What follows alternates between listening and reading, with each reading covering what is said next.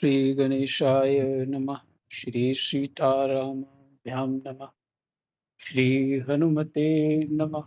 श्री गणपते श्री गुरुवे नमः।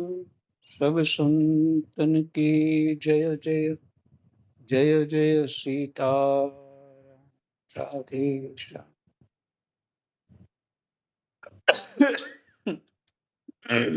तो ये पाठ तो पूरा हो गया था। 11वां स्कंद, 11वां अध्याय। आज है अष्टम स्कंद, 12वां अध्याय। प्रसंग है मोहिनी रूप को देखकर महादेव जी का मोहित होना।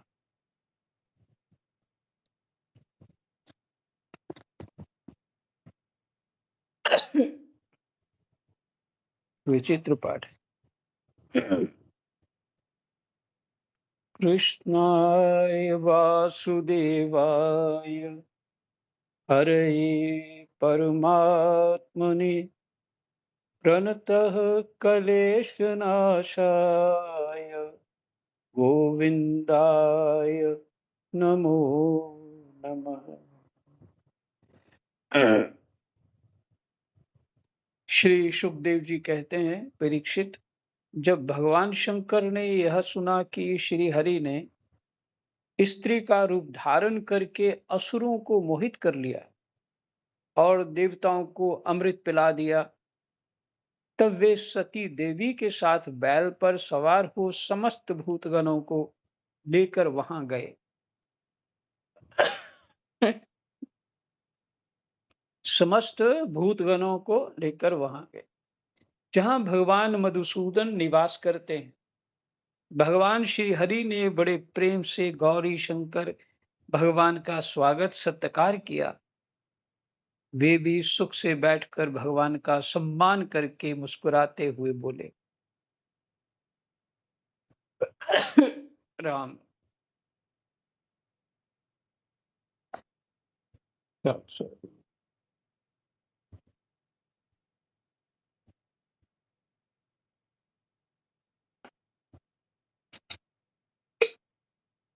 हम्म।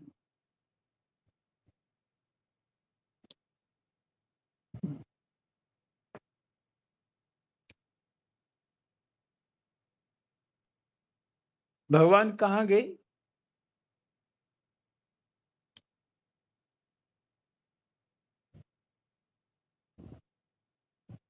अच्छा, जहां वहां भगवान मधुसूदन निवास करते हैं। बैकुंठ ये नहीं लिखा कहाँ। ठीक है। भगवान श्री हरि ने बड़े प्रेम से गौरी शंकर भगवान का स्वागत सत्कार किया। वे भी सुख से बैठकर भगवान का सम्मान करके मुस्कुराते हुए बोले,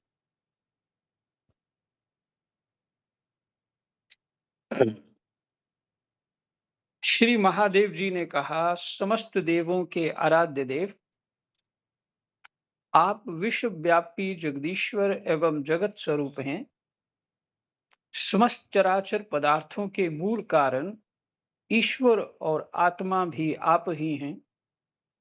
इस जगत के आदि अंत और मध्य आपसे ही होते हैं। और यही बात भगवान शंकर के लिए भी कही जाती। पीछे स्थितियां हैं ऐसी ही।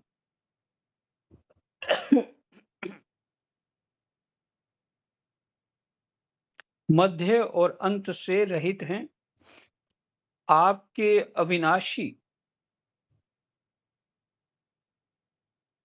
नहीं, इस जगत के आदि अंत और मध्य आपसे ही होते हैं, परंतु आप आदि मध्य और अंत से रहित हैं। आपके अविनाशी स्वरूप में दृष्टा, दृश्य, भोक्ता और भोग्य का भेदभाव नहीं। वास्तव में आप सत्य चिन्मात्र ब्रह्म ही हैं। कल्याणकामी महात्मा लोग इस लोक और परलोक दोनों की आसक्ति एवं समस्त कामनाओं का परित्याग करके आपके चरण कमलों की ही आराधना करते हैं। आप अमृत स्वरूप समस्त प्राकृत गुणों से रहित, शोक की छाया से भी दूर,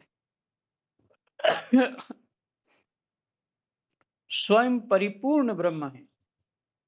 आप केवल आनंद स्वरूप हैं। आप निर्विकार हैं। आपसे भिन्न कुछ नहीं है, परंतु आप सबसे भिन्न हैं। आप विश्व की उत्पत्ति, स्थिति और प्रलय के परम कारण हैं।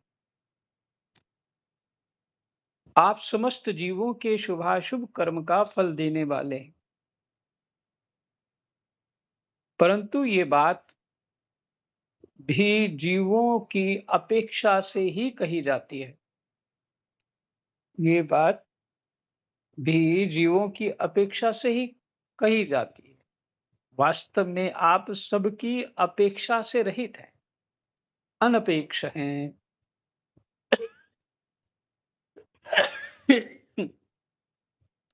ये जो है ना,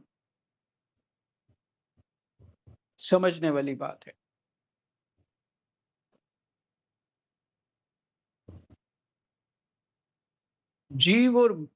जीव को और ब्रह्म का भेद करते हैं ना जो, तब ऐसा जीवों की अपेक्षा ऐसा आपको कहा जाता है।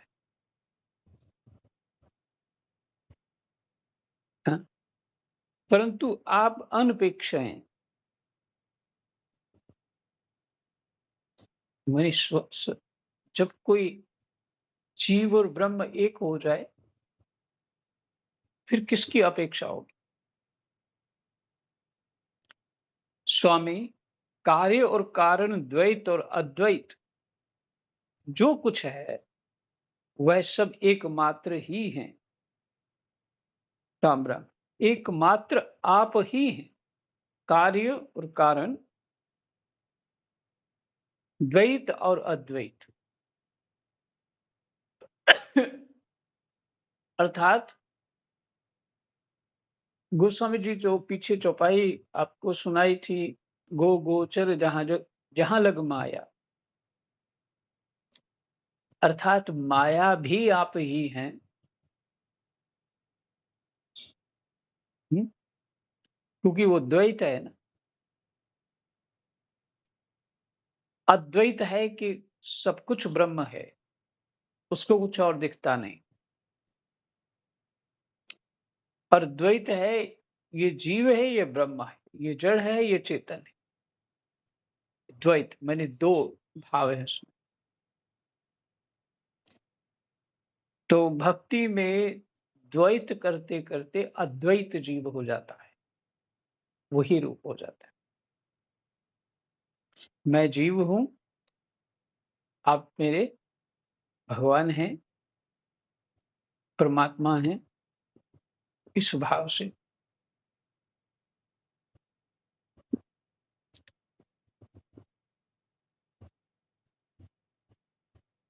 ठीक वैसे ही जैसे आभूषणों के रूप में स्थित स्वर्ण मूल, स्वर्ण में कोई अंतर नहीं है,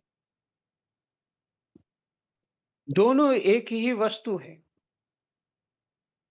लोगों ने आपके वास्तविक स्वरूप को न जानने के कारण आप में नाना प्रकार के भेदभाव और विकल्पों की कल्पना कर रखी है।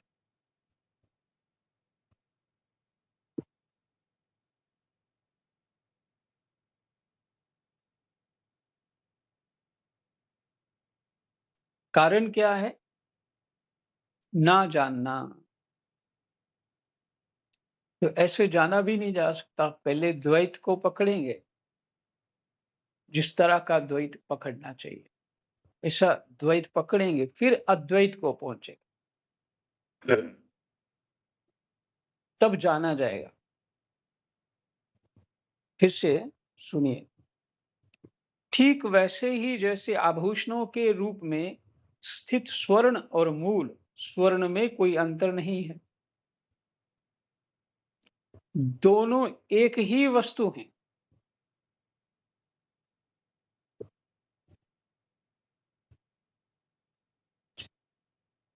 लोगों ने आपके वास्तविक स्वरूप को ना जानने के कारण आप में नाना प्रकार के भेदभाव और विकल्पों की कल्पना कर रखी है। यही कारण है कि आप में किसी प्रकार की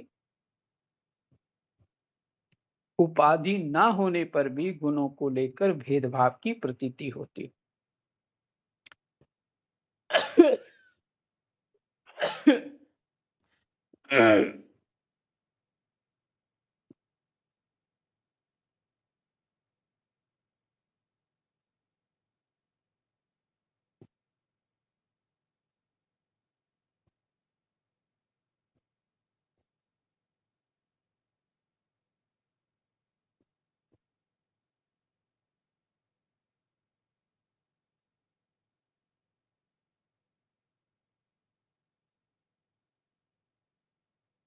देखिए, जो सुनार होता है, उसके पास सब सोना लेके जाएँगे, तो ये आभूषण है, बढ़िया है, ऐसे आप बोलेंगे पैसे दे दो, तो उसकी डिज़ाइन के या उसके पैसे नहीं देगा। वो तोलेगा कितनी खोट है और डिज़ाइन के पैसे नहीं देगा बिल्कुल, कितनी मेहनत लगी है। हुँ? तो सिर्फ़ वो सोना-सोना देखेगा, है ना? तो स्वर्ण जो कार जो होता है, वो उसकी दृष्टि केवल सोने पे होती है, जब वो खरीदता है और जब बेचता है ना, तब वो ये बताता है कि सोने की कीमत ये है और इतने कैरेट का है ये, चाहे उतने का नहीं हो, वो बताता है कि ये इतने का है। फिर वो आपको मेरी ये इसको बनाने में कितनी कॉस्ट लगी वो भी लेगा। हुँ, और फिर आपको देगा साथ में टैक्स और जोड़ेगा। है ना? अब यहाँ पे जब बेचने जाएँगे वही चीज़, तो ये सब चीज़ें कट जाएँगी। ना बनवाई मिलेगी आपको और ना ही टैक्स मिलेगा और वो खुद ही कहेगा इसमें खोट है, तो उसके भी पैसे काटूँगा,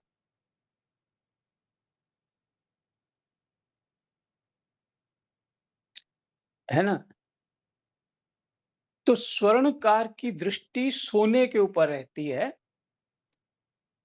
ना कि आभूषण के ऊपर, माने उसकी डिज़ाइन इत्यादि बनावट के ऊपर नहीं रहती। ये कहना है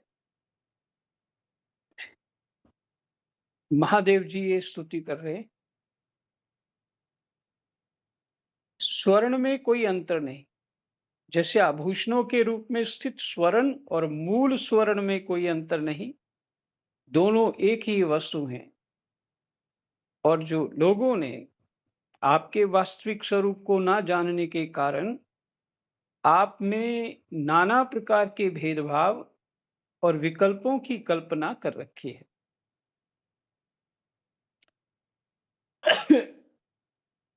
अर्थात हम लोग डिजाइन में फंस गए। ये कैसा है, ये वो कैसा है, इसका क्या गुण है, उसका क्या गुण है ना? उसके गुण दोष में फंस गए।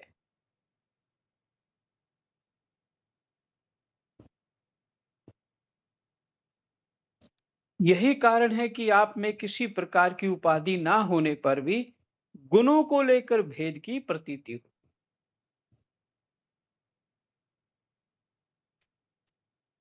वास्तव में हम आत्म स्वरूप हैं, माने स्वर्ण रूप ही हैं,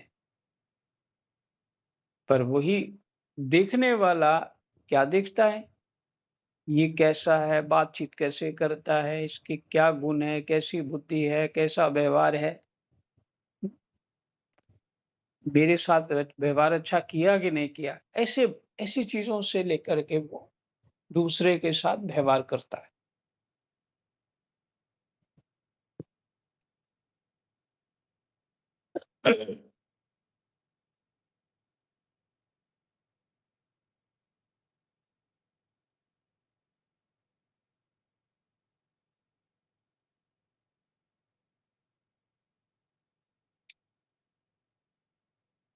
हम तो बनावट के ऊपर, जो संसार की ये कल्पना रूपी है, उसके ऊपर ध्यान है हमारा, गुण दोष पे ध्यान है, आत्मा पे नहीं है, ये कहना चाहते हैं भगवान शंकर।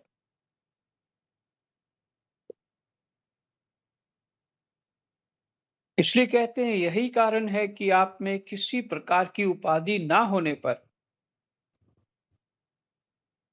आपके आप में कोई ना गुण है ना दोष है, किसी प्रकार की उपाधि ही नहीं है। गुणों को लेकर भेद की प्रतीति होती है, ना होने पर भी होती, क्योंकि ये अज्ञान से जीव चिंतन करता है ऐसा। भगवान शंकर कहते हैं, प्रभु कोई कोई आपको ब्रह्म समझते हैं, तो दूसरे आपको धर्म कहकर वर्णन करते हैं। इसी प्रकार कोई आपको प्रकृति और पुरुष से परे परमेश्वर मानते हैं, तो कोई विमला, उत्कर्षणी, ज्ञाना, क्रिया, योगा, प्रहवी, सत्या, ईशाना और अनुग्रह, इन 9 शक्तियों से युक्त परम पुरुष तथा दूस मानते हैं भगवान को। इन 9 शक्तियों से युक्त परम पुरुष मानते हैं तथा दूसरे क्लेश, कर्म आदि के बंधन से रहित, पूर्वजों के भी पूर्वज, अविनाशी पुरुष विशेष के रूप में मानते हैं। दूसरे कैसे मानते हैं? कुछ तो मानते हैं कि ये सब विद्याएं, तर्क शक्तियां आप में हैं,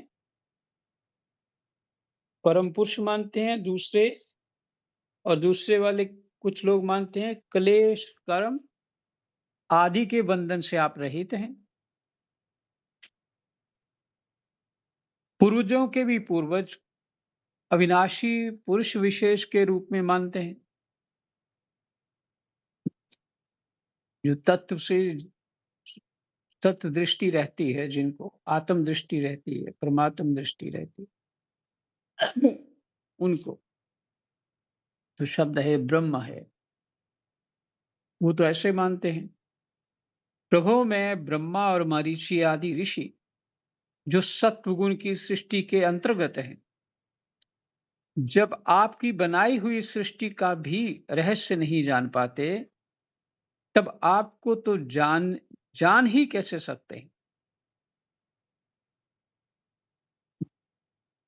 जो सत्व गुण की सृष्टि के अंतर्गत हैं, जब आपकी बनाई हुई सृष्टि का भी रहस्य नहीं जान पाते, तब आपको तो जान ही कैसे सकते हैं।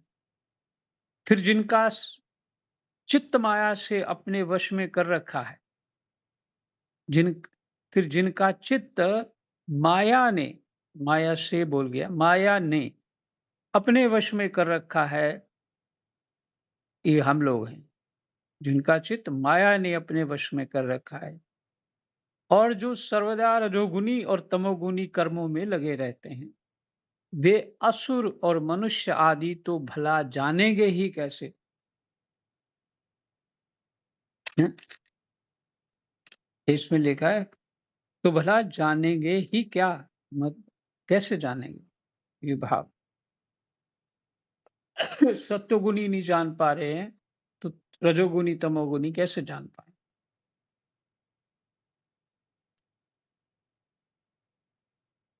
प्रभो, आप सर्वात्मक एवं ज्ञान स्वरूप हैं, इसलिए वायु के समान आकाश में अदृश्य रहकर भी आप संपूर्ण चराचर जगत में सदा सर्वदा विद्यमान रहते हैं। प्रभु, आप सर्वात्मक माने सबकी आत्मा है, सर्वात्मक एवं ज्ञान स्वरूप हैं, इसलिए वायु के समान आकाश में अदृश्य रहकर भी आप संपूर्ण चराचर जगत में सदा सर्वदा विद्यमान रहते हैं। ये प्रपंच जगत में भी सदा सर्वदा विद्यमान रहते हैं। तथा इसकी चेष्टा, स्थिति, जन्म, नाश, प्राणियों के कर्म एवं संसार के बंधन, मोक्ष सभी को जानते हैं। इस संसार में रहते हैं और प्राणियों की चेष्टा मैंने एक्शन, स्थिति, जन्म, नाश, प्राणियों के कर्म एवं संसार के बंधन, मोक्ष सभी को जानते हैं। प्रभु, आप सब गुणों को स्वीकार करके लीला करने के लिए बहुत से अवतार ग्रहण करते हैं। प्रभु, आप सब गुणों को स्वीकार करते हैं पहले, फिर लीला करने के लिए सब गुणों को स्वीकार करते हैं। बहुत से अवतार ग्रहण करते हैं, तब मैं उनका दर्शन करता ही हूं।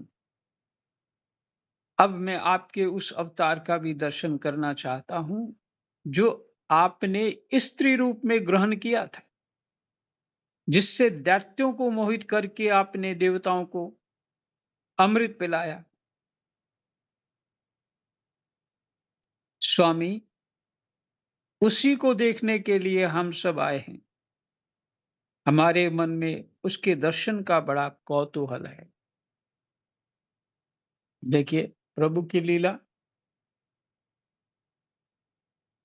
भगवान शंकर पूछ रहे हैं, देखिए एक कोई भी भगवान की लीला होती है, शंकर और हरि में कोई भेद नहीं, लेकिन जो लीला माँ देवताओं की होती है, भगवान की होती है, सब जानते हैं, फिर भी लोगों को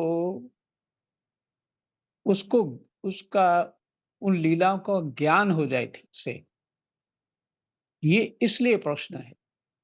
इसमें और शिक्षा है।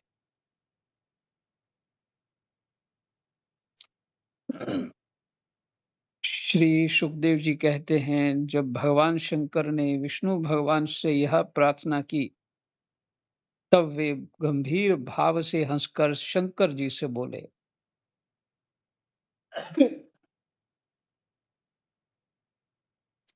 श्री विष्णु भगवान ने कहा, शंकर जी, उस समय अमृत का कलश दैत्यों के हाथ में चला गया था।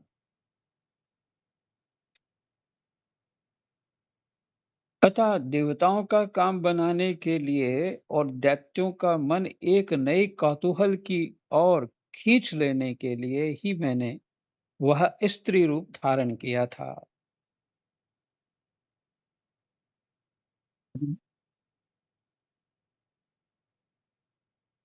वैसे तो भगवान ने जितने भी जगत में रूप हैं, स्त्री पुरुष के, तो भगवान ने ही धारण किया।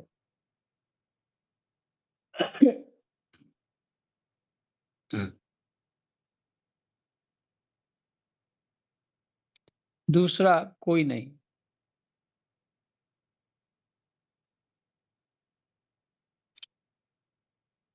देखिए लीला, भगवान क्या लीला करते हैं। कह रहे हैं, देव शिरोमणि, आप उसे देखना चाहते हैं, इसलिए मैं आपको वह रूप दिखाऊंगा। परंतु वह रूप तो कामी पुरुषों का ही आदरणीय है, क्योंकि वह काम भाव को उत्तेजित करने वाला है।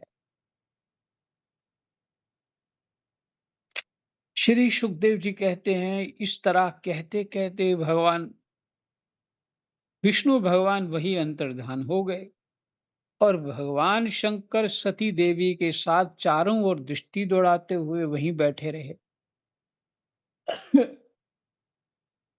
इतने में ही उन्होंने देखा कि सामने एक बड़ा सुंदर उपवन है। उसमें भांति भांति के वृक्ष लग रहे हैं, जो रंग बिरंगे फूल और लाल लाल कपोलों से भरे पूरे हैं। उन्होंने ये भी देखा कि उस उपवन में एक सुंदरी स्त्री गेंद उछाल उछाल कर खेल रही है। वह बड़ी ही सुंदर साड़ी पहने हुए है और उसकी कमर में करधनी की लड़ियां लटक रही हैं। वहां था कुछ नहीं, जिसे हमको स्वप्न दिखता है, इसी तरह भगवान ने माया रची है।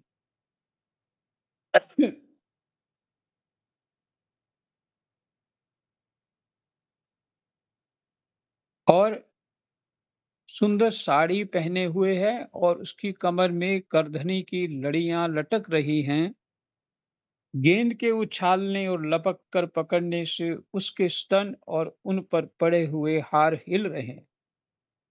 ऐसा जान पड़ता था मानो इनके भार से उसकी पतली कमर पग पग पर टूटते टूटते बच जाती है। वह अपने लाल लाल पल्लवों के समान सुकुमार चरणों से बड़ी कला के साथ ठुमक ठुमक कर चल रही है।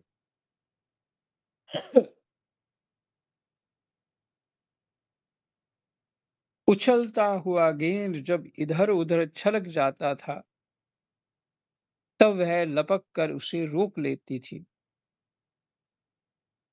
इससे उसकी बड़ी बड़ी चंचल आंखें कुछ उद्विग्न सी हो रही थीं। उसके कपोलों पर कानों के कुंडलों की आभा जगमगा रही थी और घुंघराली काली काली अलकें उन पर लटक आती थीं, जिससे मुख और भी उल्लसित हो उठता था।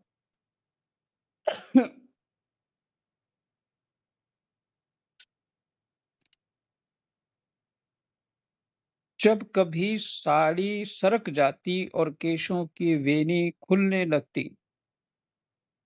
तब अपने अत्यंत सुकुमार बाएं हाथ से वह उन्हें संभाल संवार लिया करती।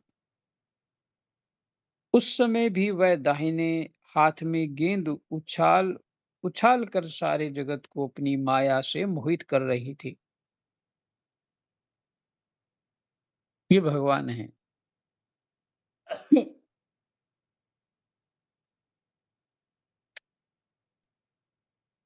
गेंद से खेलते खेलते उसने तनिक सलज्ज भाव से मुस्कुराकर तिरछी नजर से शंकर जी की ओर देखा।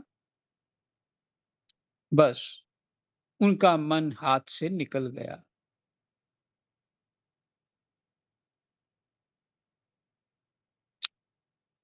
बस उनका मन हाथ से निकल गया। वे मोहिनी को निहारने उसकी चितवन के रस में डूबकर इतने विह्वल हो गए कि उन्हें अपने आप की भी सुधि ना रही।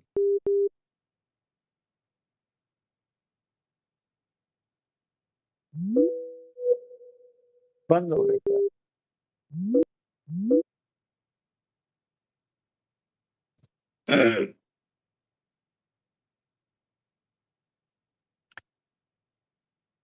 बस उनका मन हाथ से निकल गया, शंकर जी का।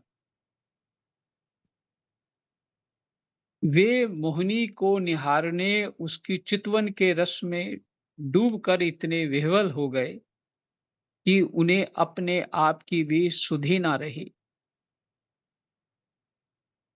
फिर पास बैठी हुई सती और गणों की तो याद ही कैसे रहती।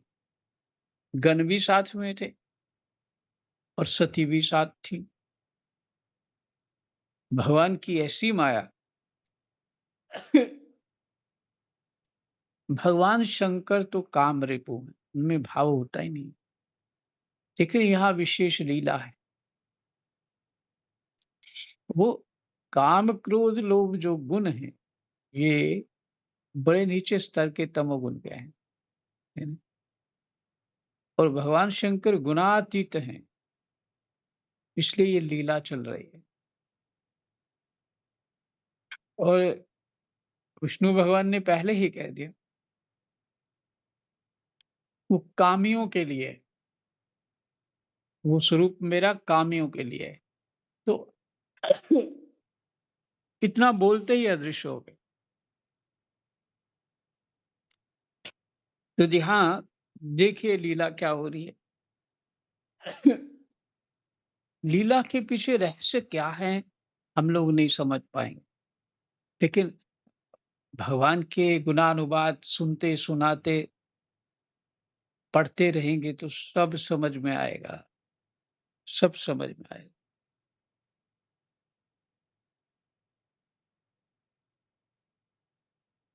अ, ठीक है।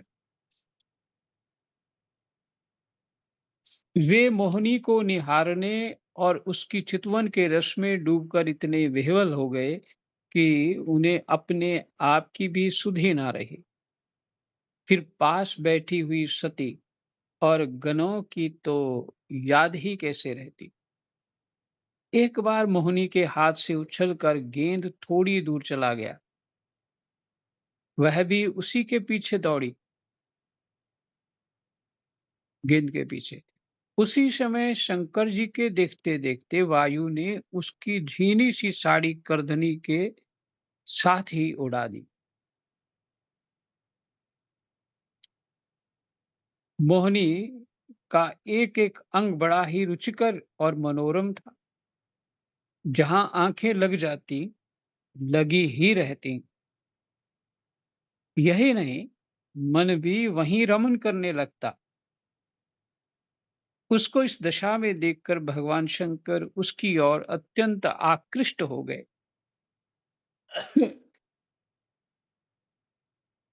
उन्हें मोहिनी भी अपने प्रति आसक्त जान पड़ती थी, क्योंकि उनकी ओर देख रही थी।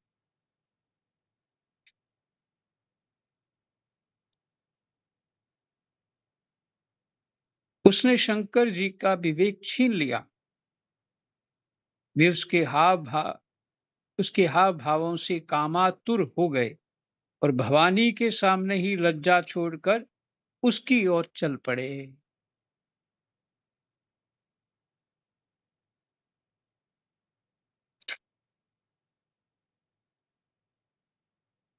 यहीं तक शाम को करेंगे पाठ। तो अभी 32 तक हो गया है और इसको इसमें ज्ञान विज्ञान तो खूब है। इसे यहीं तक रखते हैं, शाम को फिर उसे पाठ करेंगे। जो अभी तक समझ में आया है, ये तो भगवान शंकर की लीला है। और आगे क्या करेंगे और उसको सुनेंगे, उ उसका परिणाम क्या होगा। ब एक तो अपनी माया की शक्ति दिखाना चाहते हैं भगवान, और शंकर जी उस बात की पुष्टि करेंगे। हुँ। दूसरा ये है कि पार्वती जी को, जो नहीं, सती जो बैठी हुई थी साथ में, उनको तो कुछ विशेष नहीं लगा, लेकिन शंकर जी को कोई विशेष लग गया। तो जो ये जो विश्लेषण है, ये अपने चित्त में देखना चाहिए, विचार करना चाहिए। ऐसा क्यों? क्योंकि नारी नारी को नहीं मोह सकती, पुरुष पुरुष को नहीं मोह सकता। हुँ। इसलिए भक्ति जो है, भक्ति जो करते हैं भगवान, गोस्वामी तुलसीदास जी कहते हैं, उनको माया मोहित नहीं कर सकती। ओके। ही राम राम करना पड़ेगा। कृष्णाय वासुदेवाय हरे परमात्मने प्रणतः क्लेशनाशाय गोविंदाय नमो नमः। जय जय सीताराम। राधे